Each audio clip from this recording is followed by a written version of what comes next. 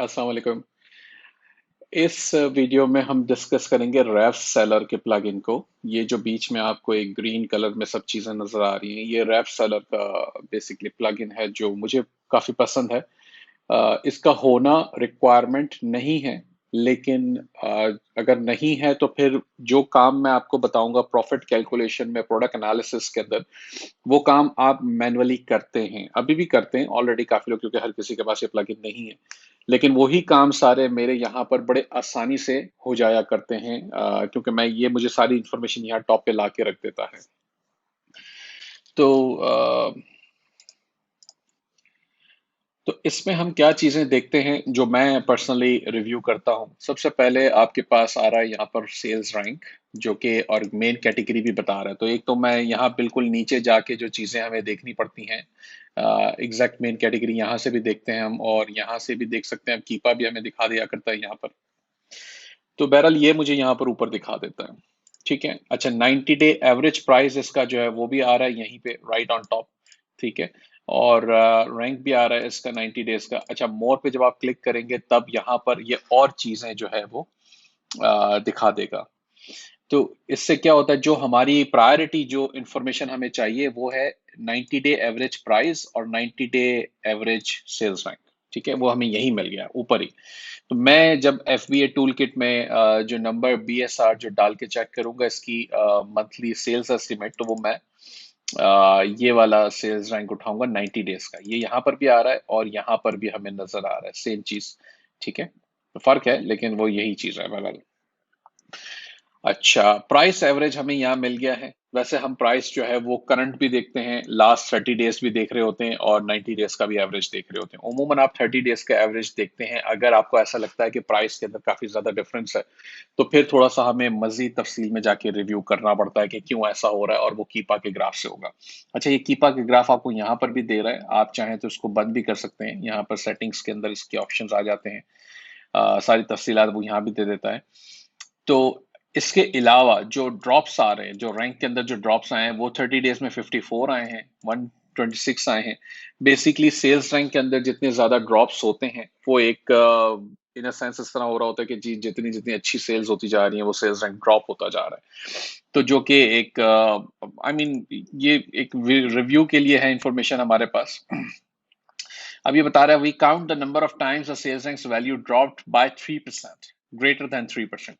We cannot include every rank value in their data, and we can only analyze the values they have. So 3% से ज्यादा अगर sales rank नीचे गिरा है तो ये इसको रिकॉर्ड करेगा, और ये जितने भी बता रहा है वो 3% से ज्यादा वाले बता रहा है। यानी कि 54 टाइम्स जो है वो 30 डेज के अंदर 3% से ज्यादा सेल्स रैंक ड्रॉप हुआ है।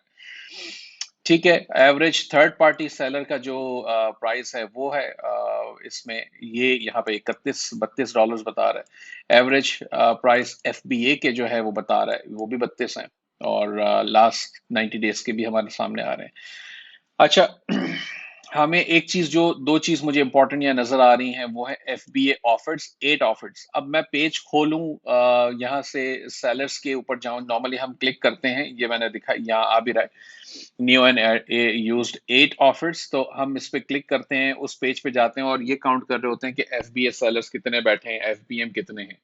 तो बजाय कि मैं वो चीज जो है मैनुअली करूं, मुझे ये यहाँ पर काउंट करके बता देता है कि 8 ऑफर्स जो है वो एफबीए की हैं, और 0 ऑफर्स इस वक्त कह रहा है कि एफबीएम की हैं। होती हैं अगर ज्यादा तो वो यहाँ दिखा देता। अच्छा, इसकी प्राइस कैलकुलेशन जो है वो काफी हद तक ठीक है, काफी हद तक एक्यूरेट है, इसलिए मैं इस पे ज्यादा ट्रस्ट कर लिया करता हूँ। फाइनल अगर हमें फॉर एग्जांपल कोई बड़ा ऑर्डर भेजना है, सप्लायर को पहली दफा भेज रहे हैं उसकी प्रोडक्ट का, और हमें लग रहा है कि जी 2-3 हजार डॉलर, 5 हजार डॉलर, 10 हजार डॉलर का ऑर्डर है, तो ये मेक श्योर मैं जरूर करूंगा कि मैं एफ बी ए कैलकुलेटर अमेजोन का अपना भी यूज करूं, और उससे भी प्रॉफिट कैलकुलेट करके इंश्योर कर लूं कि जी सारी चीजें जो मैं कर रहा हूं वो बराबर है, ठीक है, प्रॉब्लम नहीं है उसमें। तो अगर अब ये मुझे कहता है $32 का ये प्रोडक्ट हम इस वक्त सेल कर रहे हैं फॉर एग्जाम्पल, और हमारे पास नेट बच क्या रहा है, $18.92। यानी कि ये आप देखेंगे कि इसमें इसने आपको नीचे बॉक्स ओपन करके बता भी दिया कि इसकी 15% रेफरल फी जो बन रही है वो $4.80 बन रही है। फुलफिलमेंट फी $6.56 है, और मंथली स्टोरेज जो है वो आपकी 31 सेंट्स है। इनबाउंड शिपिंग जो है इसकी लगेगी $1.40। यानी कि $1.40 इसलिए ये बता रहा है क्योंकि यहाँ पर इसने वेट आइटम का जो आपको लिखा हुआ नजर आ रहा है ये रहा $2 2.79 पाउंड्स, यानी कि ये इसका वेट है। तो इसको बिना इसकी बिना पे ये एस्टिमेटेड बता रहा है और ये डिफरेंट हो सकता है, तो इसको जो है आपने अज्यूम नहीं करना। अच्छा, अब यहाँ पे हमने हमारे पास नेट जो बच रहा है वो बच रहा है $18.92, यानी कि अगर मेरी कीमत खरीद, कॉस्ट ऑफ गुड्स सोल्ड, या इसकी बाय प्राइस जो है वो मेरे पास अगर $15 है सप्लायर से, तो मुझे यहाँ पे जो है $3.92 का प्रॉफिट हो जाएगा। इसने बता दिया। तो ये देन एंड देयर हमें यहाँ भी, अच्छा ये आरओआई भी बता रहा है कि आरओआई जो है ये 26% है और मार्जिन जो है वो 12% है। तो ये आपको यहाँ पे सारी चीजें आ जाती हैं। ठीक है। अच्छा, हमें प्रोडक्ट की डिमेंशंस में मिल जाती हैं, मुझे यही बता देता है ये कि 14.5 जो है वो इसकी डिमेंशन है, मल्टीप्लाई बाय 1190 बाय 4.10। तो अब मुझे ये भी पता चल गया कि ये साइज जो है वो 12 इंच से बड़ा है, तो हो सकता है कि इसकी शिपिंग और ज्यादा लग जाए। ठीक है ना, दैट डिपेंड्स। तो अगर ज्यादा लग सकती है तो मैं फिर ये सोचूंगा कि अगर $1 में और डाल देता हूँ शिपिंग के अंदर, तो फिर मेरा प्रॉफिट और कम हो गया $2.92। अगर ऐसा हुआ तो, नहीं हुआ तो 15 तो है ही, अगर मेरी कॉस्ट 15 है तो। ये मैं एग्जांपल बात कर रहा हूँ, मुझे नहीं पता इसकी परचेज कॉस्ट क्या है, मैं अज्यूम कर रहा हूँ कि इसकी कॉस्ट 15 होगी। अगर आप एफबीएम करते हैं तब जो है ये तब भी आपको बता देता है यहाँ पे कि आपको जो है वो $2.16 जो है वो बचेगा। उसकी वजह यह है कि रेफरल फी जो है इसकी बन रही है 15%। ठीक है। और ये कहता है शिप टू बायर जो है वो यूएसपीएस जोन 5 की शिपिंग ये यूज करते हुए बता रहा है कि $10 इसकी कॉस्ट आएगी। ठीक है। अब ये अज्यूम कर रहा है कि आप यूएसपीएस की शिपिंग यूज करेंगे जोन 5 की। हो सकता है आप फेडेक्स यूज कर रहे हो सकता है आप ड्रॉप शिपिंग कर रहे हो। अगर आप ड्रॉप शिपिंग कर रहे हैं तो फिर आपका सप्लायर क्या शिपिंग चार्ज कर रहा है या फ्री शिपिंग दे रहा है, दैट डिपेंड्स। बाज औकात लोग जो है वो फ्री शिपिंग के ऊपर भी मिल जाती है प्रोडक्ट्स। तो फिर ये $10 जो बीच में आ रहे हैं इस वक्त नजर इसमें, वो चीज जाहिर सी बात है आपकी चेंज हो जाएगी या खत्म हो जाएगी अगर आपको फ्री शिपिंग मिल रही है तो। तो यूपीसी कोड भी हमें यहीं पर नजर आ रहा है। ठीक है। तो ये चीज जो है वो इंपॉर्टेंट है कि हमें ये चीज यहीं नजर आ जाती है। अच्छा, एक चीज जो इंपॉर्टेंट है इसमें देखने की वो ये है कि मैं आपको बता देता हूँ, जो मैं हमेशा देखता हूं कि ये 0%, जीरो सप्लाई सेलर्स विथ 3%। अच्छा, मेरी जो भी पिछली ट्रेनिंग्स हैं उसमें मैंने जिक्र किया है कि हम 5% बाय बॉक्स को कंसिडर कर रहे होते हैं। रेव सेलर हमें 1%, 2% और 3% तक के बताता है। ये कहता है कि 3% जो है वो मैक्सिमम, अगर आपके बाय बॉक्स के प्राइस के अंदर हैं तो आपको बाय बॉक्स मिलने के चांसेस हैं, वरना नहीं है। तो मैं 5% तक इसलिए जाता हूं क्योंकि मैंने अमेजोन पे देखा भी है और अपने अमेजोन खुद जो है वो 5% बता रहा होता है और मैंने देखा भी है कि 5% के डिफरेंस में बाय बॉक्स मिलता है। हाँ, ये फर्क जरूर आएगा कि अगर आप 3% के डिफरेंस पर हैं तो आपको शायद बाय बॉक्स ज्यादा मिले कंपेयरिंग टू 5% प्राइस के ऊपर। ठीक है।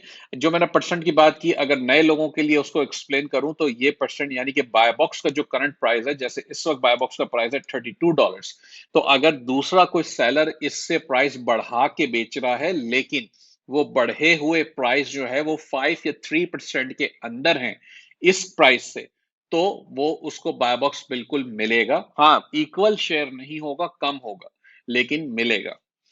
ठीक है। तो हमने वो जो क्लिक किया था 8 ऑफर्स के ऊपर, वो यहाँ पर आ गई हैं। अब देखें 8 ऑफर्स के अंदर हमें पहले नहीं पता था ये सारी यूज के अंदर लगी हुई है।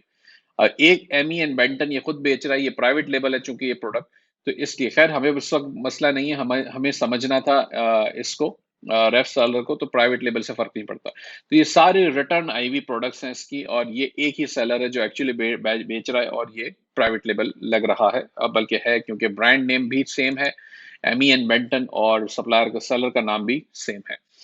तो ये प्राइवेट लेबल है। अच्छा, अब अगर यहाँ पर फॉर एग्जांपल कोई दूसरा सेलर होता, XYZ सेलर होता, और वो $33 में बेच रहा होता फॉर एग्जांपल, ठीक है, तो उसके प्राइस जो है वो 5% के अंदर आ गए या 3% के अंदर आते हैं अगर फॉर एग्जांपल, तो हमें यहाँ पर फिर ये बताएगा कि ये 3% में 0 सेलर्स के बजाय 1 FBA सेलर है या 3 FBA सेलर है या 2 FBA सेलर है। हम उन सेलर्स को, FBA सेलर्स को काउंट नहीं करते जिनके प्राइस बिल्कुल ही ऑफ हैं, बिल्कुल ही ज्यादा है। अगर रेगुलर प्राइस $32 अभी चल रहा है फॉर एग्जांपल, तो अगर कोई बंदा कोई एफबीएस सेलर $40 प्राइस लगा के बैठा है या $50 प्राइस लगा के बैठा है, तो हम उसे अपना कंपेटिटर नहीं मानते। पता नहीं किस वजह से लगा रखे हैं। हाँ, लेकिन हम ये जरूर देखते हैं कि उसने कब चेंज किए हैं। अगर आप देखते हैं कि पिछले 3 महीने से लगा के बैठा है, तो फिर तो जी वो फारिग है, वो हमारी तरफ से उसकी कुछ नहीं हो सकता। हाँ, लेकिन अगर उसके पिछले प्राइस 2 दिन पहले फॉर एग्जांपल उसके भी कंपेटिटिव थे, उसने अभी चेंज किए 2 दिन 1 दिन पहले या कुछ दिनों पहले, तो फिर सोचने वाली बात है कि फिर वो वापस नीचे आ सकता है। हो सकता है वो आउट ऑफ स्टॉक जा रहा था इसलिए उसने प्राइस बढ़ा दिया, या फॉर वट एवर रीजन, या हो सकता है कोई लिस्टिंग है उसकी उसकी जो इन्वेंट्री थी उसमें कोई प्रॉब्लम हो सकता है जिस वजह से उसने प्राइस बढ़ा दिया। तो बहरहाल इस चीज को जहन में रखते हुए हम इसे कैलकुलेट कर रहे होते हैं कि ये कितने सेलर्स बैठे हैं।